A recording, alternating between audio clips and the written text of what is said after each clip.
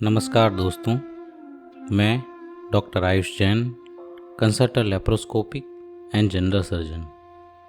पिछले अंक में हमने देखा रानी सिंहिका को तो बहुत दुख हुआ और राजाज्ञा अनुसार उसे महल से भी निकलवा दिया गया और वह नगर के एक सामान्य स्त्री की तरह रहने लगी।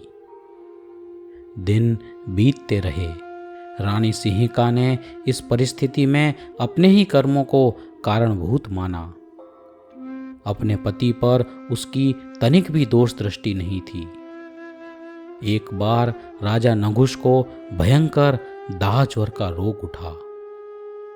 उसका शरीर अंगारे की भांति तपने लगा। वैद्यों के द्वारा उपचार से भी उसे कोई शांति नहीं मिली। चंदन का लेप भी उसकी पीड़ा हरने को समर्थ नहीं था। अपने पति की इस प्रकार की स्थिति की बात सुनकर रानी सिंहिका को बहुत दुख हुआ। राजा नहुष अपनी रानी से विरक्त हुआ था। सिंहिका के लिए तो अभी भी वह उनके प्राण प्रिय पति थे। रानी सिंहिका अपने पति को देखने आई। राजा उसके प्रति उदासीन था। उसके आने से उसे कोई फर्क नहीं पड़ा। रानी सिंहिका ने पुरोहित के द्वारा लिया हुआ जल अपनी अंजलि में भरा और कहा कि यदि मेरे चित्त में आपके सिवा और कोई ना हो, मेरा शील अखंड हो, तो राजा नहुष का दाह ज्वर ठीक हो जाए। और यह अंजलि का पानी रानी सिंहिका ने राजा के ऊपर फेंका और धीरे धीरे उसका शरीर शीतल होने लगा। दाह ज्वर उतर गया। देवों ने भी अखंड शीलवती रानी सिंहिका पर आकाश से पुष्प वर्षा की। राजा ने भी अपने व्यवहार के लिए क्षमा मांगी और फिर से उसे महादेवी के पद पर विराजमान किया। यहाँ इस घटना में कुछ बातों को हमें ध्यान में रखना चाहिए। इस घटना से अगर कोई ऐसा समझ ले कि अगर इसी तरीके से फीवर उतरता है तो फिर वैद्यों की ज़रूरत ही क्या है। जिसको ऐसा फीवर आए उनके ऊपर इसी प्रकार के जल का छिड़काव कर दिया जाए, पर वास्तव में ऐसा नहीं है। राजा का फीवर उतरा वो उनका खुद का कर्म था। सिंहिका का पानी फेंकना उसमें निमित्त बना और सिंहिका का शीलवान सिद्ध होना उसका कर्म था और पानी का छंटकाव यह घटना उसमें निमित्त बनी। अर्थात इन बातों में निमित्त नैमित्तिक संबंध है। घटना एक होती है, उसमें सबका अपना अपना कर्म होता है, पर किसी एक के व्यू पॉइंट से उसे बताया जाता है। राजा नहुष और रानी सिंहिका पुनः सुखपूर्वक जीवन जीने लगे। राजा नहुष के सदा भोगों में रत रहने पर भी उसका मन सदा निस्पृह था। राजा नहुष ने समस्त शत्रुओं को दास बना लिया था, इसलिए उसे सुदास भी कहा जाता था। और कुछ वर्षों बाद सिंहिका देवी ने एक पुत्र को जन्म दिया और सुदास का पुत्र होने के कारण वह सौदास कहलाया। अपने पुत्र सौदास को राज्य देकर राजा नहुष ने दीक्षा ले ली। अयोध्या नगरी में अब राजा सौदास का राज्य था। प्रत्येक 4 महीने के बाद अष्टानिका पर्व के 8 दिन आते थे। तब उसके गोत्र में कोई भी मांस नहीं खाता था और पूर्व से चली आ रही परंपरा के कारण नगर में भी मांस का व्यापार उन दिनों नहीं होता था। किंतु राजा सौदास को उन्हीं पर्व के दिनों में मांस खाने की इच्छा प्रकट हुई।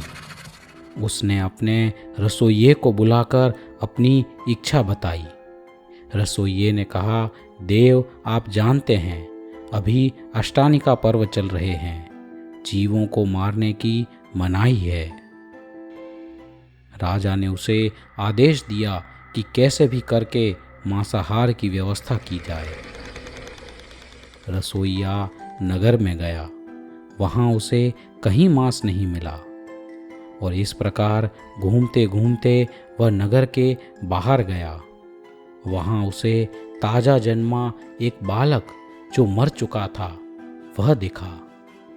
चुपचाप कोई उसे ना देखे इस प्रकार वह मरे हुए नवजात शिशु को कपड़े में छिपाकर ले आया।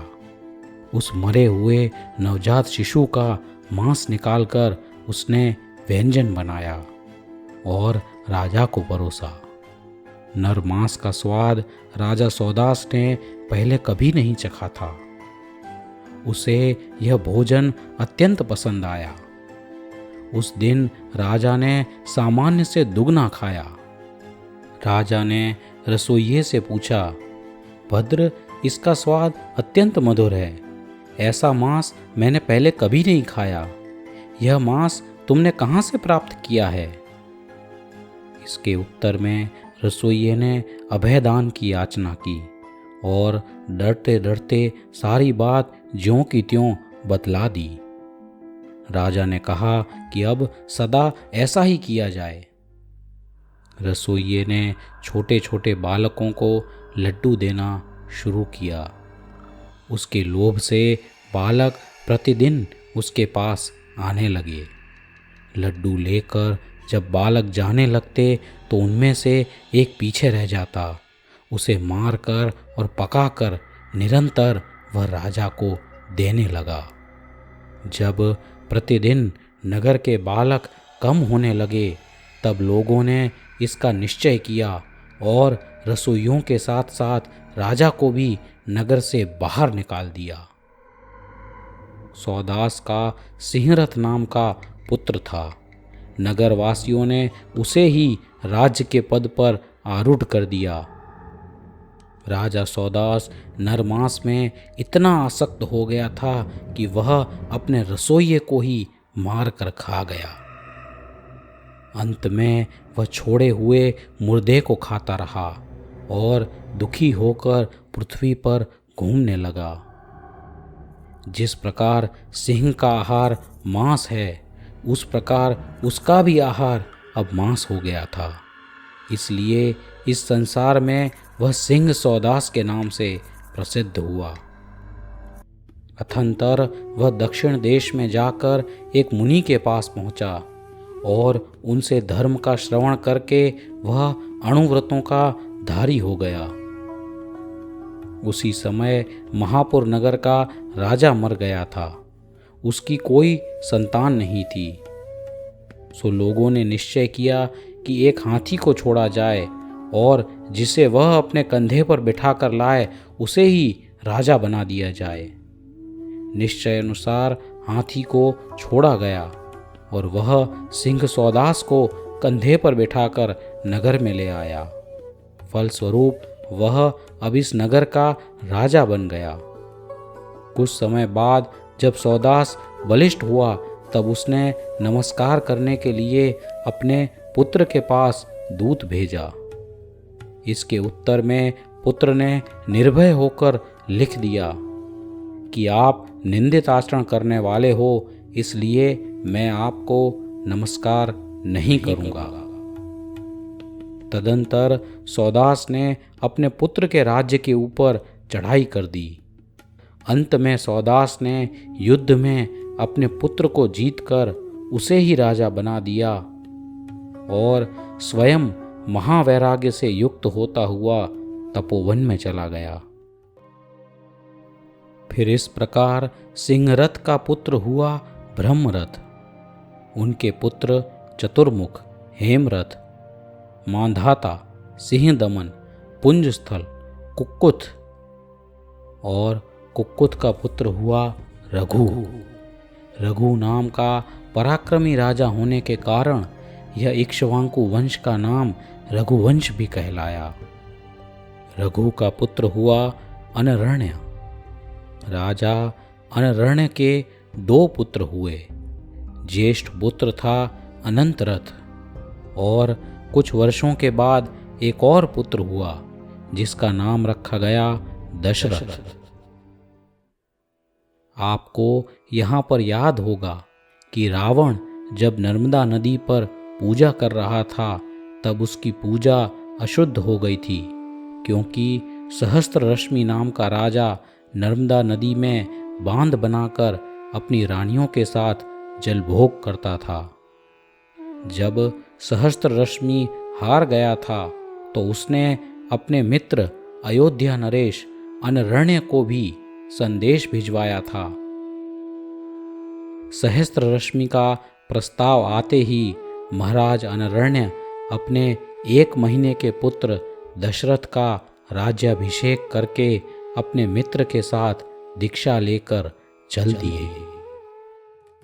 राजा दशरथ धीरे धीरे बड़े होने लगे और पहाड़ के शिखर के समान ऊंचा शरीर उन्होंने प्राप्त किया।